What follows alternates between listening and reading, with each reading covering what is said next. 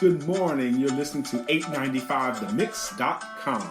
The people's voice, the people's choice. 895themix.com, the place you go for personal conversations, for business information, and for spiritual inspiration. 895themix.com. You can find us online or on the TuneIn app.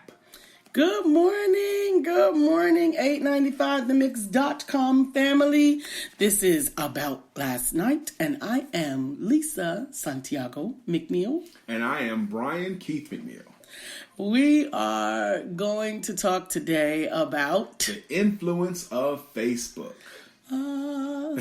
Facebook and the influence on our everyday lives. Facebook launched February 4th, 2004. Here we are in October of 2016. And do we go any days without Facebook? Not other than intentionally.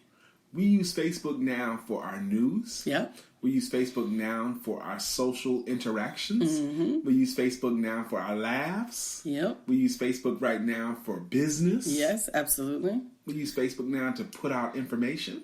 Business, laughs, friends and family connection. Some people make their phone calls on it. Video conferencing. Yeah, don't call me on Facebook. It pisses me off. It pisses me off too, but people are doing it more and more. People are doing it more and more. Just because you're my friend on Facebook doesn't mean that you're my friend in real life, does it? No, not at all. And I don't think it means that I want you to intrude on my life like that with the call, with the the Facebook calling. I don't mind an inbox. I'm not totally unapproachable that way, but I don't like to be called on Facebook. Well, let's talk about a little bit more formally. Okay. Let's talk about the good or the benefits of Facebook first, and then let's talk about the bad or the downside of Facebook. All right, let's do it. Which one you want to do first? How about the bad, so that we can end with the good taste in our mouths? Okay, let's do that. Facebook is a time eater. Yeah. It can waste your time. It can consume your time, particularly if you're not deliberate about what it is that you're doing, if you're just casual. When I pull up to the house at night, not so much since I've been married, but prior to getting married, when I got home and pulled up into my driveway, I would, before coming into the house, detox on my Facebook. I would sort of check out what everybody was doing. I would sort of check out, what's going on in the world and all of that good stuff. And I would sit in the car, and sometimes before I would look up, it was an hour. And I have been sitting in the driveway Facebooking. Wow. They say we should be very, very careful about what we put into our spirits, particularly right when we first wake up, and another time is right before we go to bed. Yeah. But how many of us, myself included, even though I know better, a lot of times that's the first place I go, or the last place I go.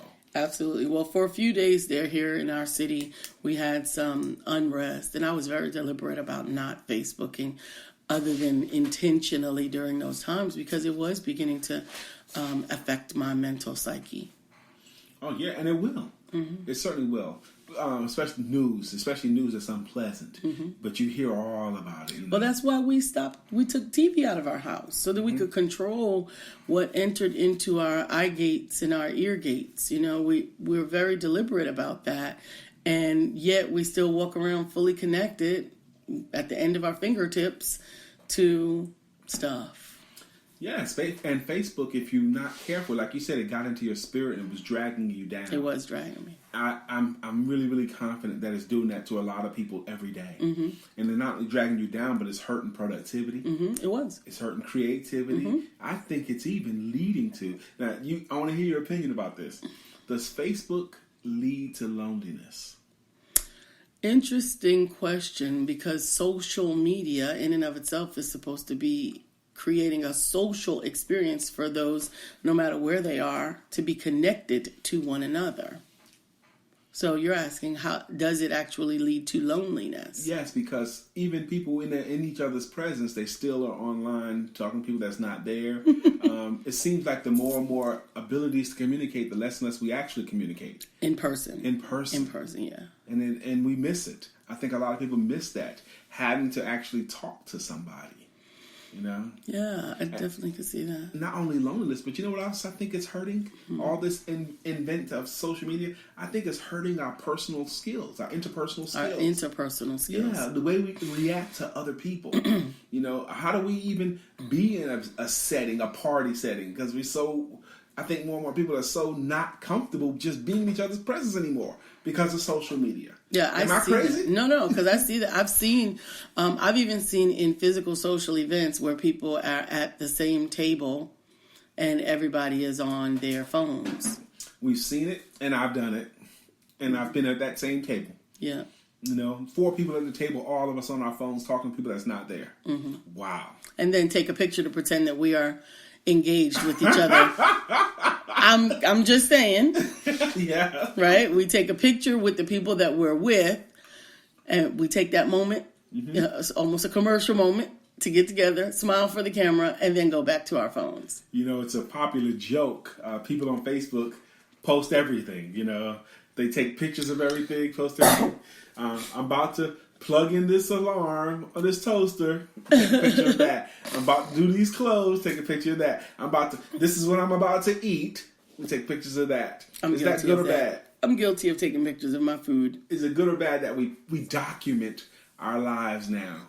I don't know if it's good or bad. I just know that it is. It's something, for me, I think it's all personal. It depends on the individual. For me, during the season where I was taking pictures of my food, it was an encouragement to myself that I was making a good choice. And I'm one of those people that enjoys PDAs, though I like public displays of affection. I have been called an exhibitionist. I personally live out loud. That's just who I am. So for me, it was a way for me to share with other people what I was doing so that it could either A, encourage them, or B, encourage them to encourage me. Does that make sense? Or you encourage you. Or me encourage me? Yeah. Was it me encouraging myself? It could have been part of it. Maybe, yeah. Maybe that too. It's a part of it. Mm-hmm. You know, I like that actually.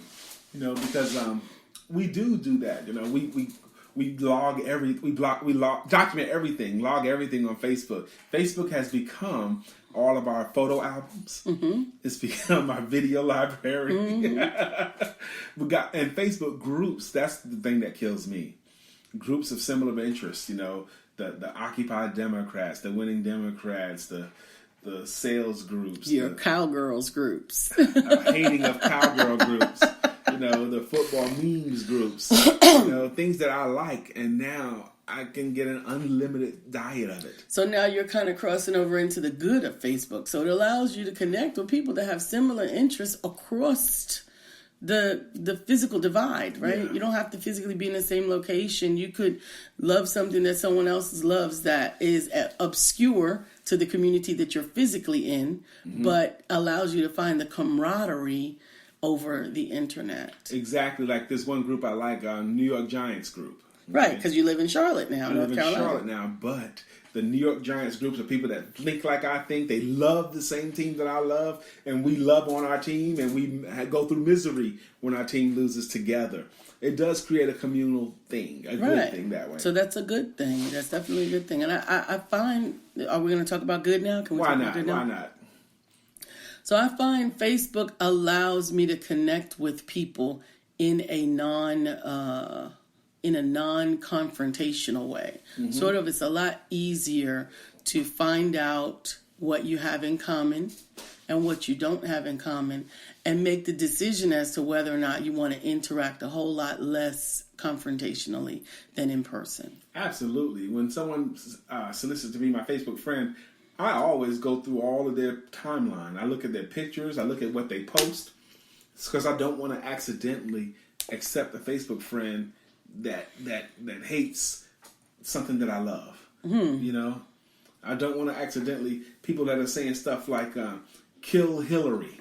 Mm-hmm. Okay, I'm not going to accept that as a Facebook friend because I'm a vote for her. Right. You know, so I don't want that person in my Facebook space. But now that doesn't mean that you don't want any diversity amongst your friends, does it? I get Facebook is free, and my page is my page, and I get to choose what I want on my page. And I so get that. You. Yeah, no, I get that. I guess my question is sort of transcending that. Okay. Do you only have friendships with people that believe exactly as you do? It's not likely that's even possible, because who can believe exactly like someone else? I get that. But there are some things, there's extremes. And the extreme outside of what I believe, I don't want in my space. That makes sense. It makes, it's perfectly fine. I understand it in the sense that it makes sense that way.